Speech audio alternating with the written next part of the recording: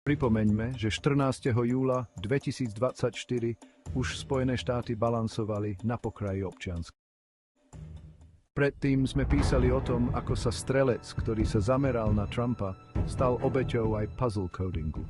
Vzhľadom na plány a metódy nasledovníkov globálneho antikultizmu je jasné, že toto všetko je súčasťou väčšieho scenára, kde prvá kapitola je občianska v Spojených štátoch a tretia je civilizačný konflikt. Čomu by to mohlo viesť? Už máte dostatok informácií na analýzu a spájanie bodov. Predstavme alegóriu, ktorá presne vystihuje súčasnú situáciu vo svete.